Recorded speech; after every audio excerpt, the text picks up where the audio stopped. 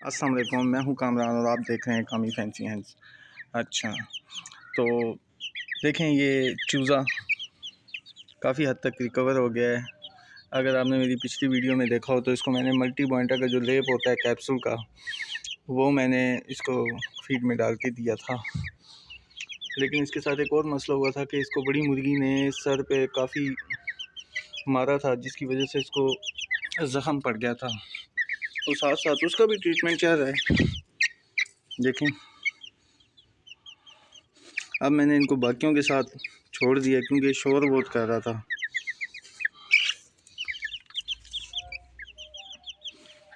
अब देखें, इसकी गर्दन अभी भी टेढ़ी है लेकिन बहुत कम है, इतना फील नहीं होती, इसलिए मैंने बाकी मुर्गियों के साथ छोड़ दिया। अच्छा, इसको मैंने लहसुन का पेस्ट दिया था, वो भी मैंने फीड के अंदर दिया, अलग से नहीं खिलाया। और दूसरा इसको जो है ना हल्दी भी यूज़ करवाई है फीड के अंदर ही, और एक दिन हल्दी, एक दिन लहसुन का पेस्ट और एक दिन जो है वो मल्टी पॉइंटर का पेस्ट। उससे देखें काफ़ी हद तक रिकवर हो गया। देखें, जो भी बीमारी हो उसमें टाइम लगता है, एकदम से तो जादू तो नहीं है कि ठीक हो जाए। और सिल्वर सब्राइट माशाल्लाह से देखें, अभी मुर्गा पूरी तरह अडल्ट हो गया है, लेकिन मुर्गियाँ जो है ना थोड़ा सा भी इनमें फ़र्क है। शायद इस वजह से अभी तक एग ले नहीं किए इन्होंने।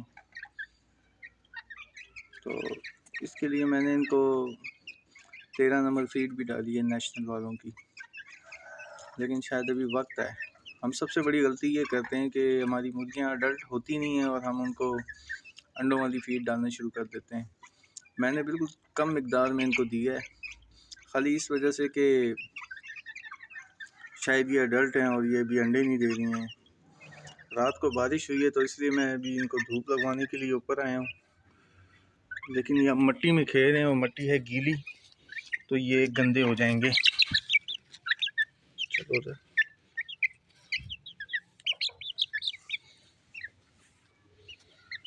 सिल्की 1.5 माह के हो गए हैं माशाल्लाह से।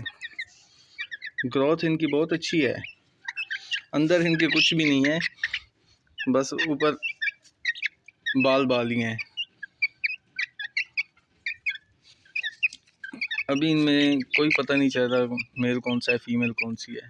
बस दोस्तों दुआ करें कि मेल और फीमेल निकल आए, क्योंकि बाद में चेंज करने से नया घर होता है तो परिंदा जो है वो बीमार हो जाता है, उसके इलेक्ट्रोलाइट्स पूरे नहीं होते, जितने मर्ज़ी कोशिश कर लें। एक तो वो स्ट्रेस लेता है नई जगह पे, तो ये तो वैसे बहुत नाजुक ब्रीड है सिल्की।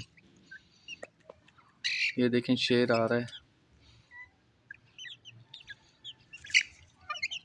इन्होंने ही मारा है इसको बेचारे को। आपको मैं इसका पूरा ट्रीटमेंट दिखाता रहूँगा। ये देखें, पहले बहुत ज़्यादा गर्दन मोड़ता था, अब जो है इसकी काफ़ी हद तक ठीक हो गई है और भागता बहुत तेज़ है ये, देखिएगा। पहले जज नहीं कर सकता था, भागता कहीं और था, जाता कहीं और था। तो आज के लिए इतना ही है, बस साथ साथ आपको मैं इसकी वीडियो दिखाता रहूँगा और इसका पूरा ट्रीटमेंट आपको इंशाल्लाह दिखाता रहूँगा। बड़ा अगर मुर्गा होता है तो उसको तो चलें, या मुर्गी होती है उसको मेथी कुबाल का इंजेक्शन जो है 0.2 सीसी दिन में एक दफ़ा लगाते हैं, एक हफ़्ता, तो उससे ये बिल्कुल कवर हो जाता है। लकवा कोई इतना बड़ा इशू नहीं है। हाँ, इसमें इनकी इम्यूनिटी कम हो जाती है लकवे में, क्योंकि ये सही से खा पी नहीं सकते। तो उसके लिए आपने इनकी डाइट, अगर ये ख़ुद ना खाएं तो इनके जो है ना आप हाथ से पकड़ के खिला सकते हैं इसको, तो रोटी खिला दें वो बेहतर होती है इसमें, ताकि इनका जो इम्यूनिटी है वो बिल्कुल ख़त्म ना हो। अगर ख़त्म होगी तो 10-15 बीमारियां और हैं, उनमें से कोई ना कोई इनको लग जाएगी। तो ये मेरा चूज़ा तो माशाल्लाह से सही खा रहा था।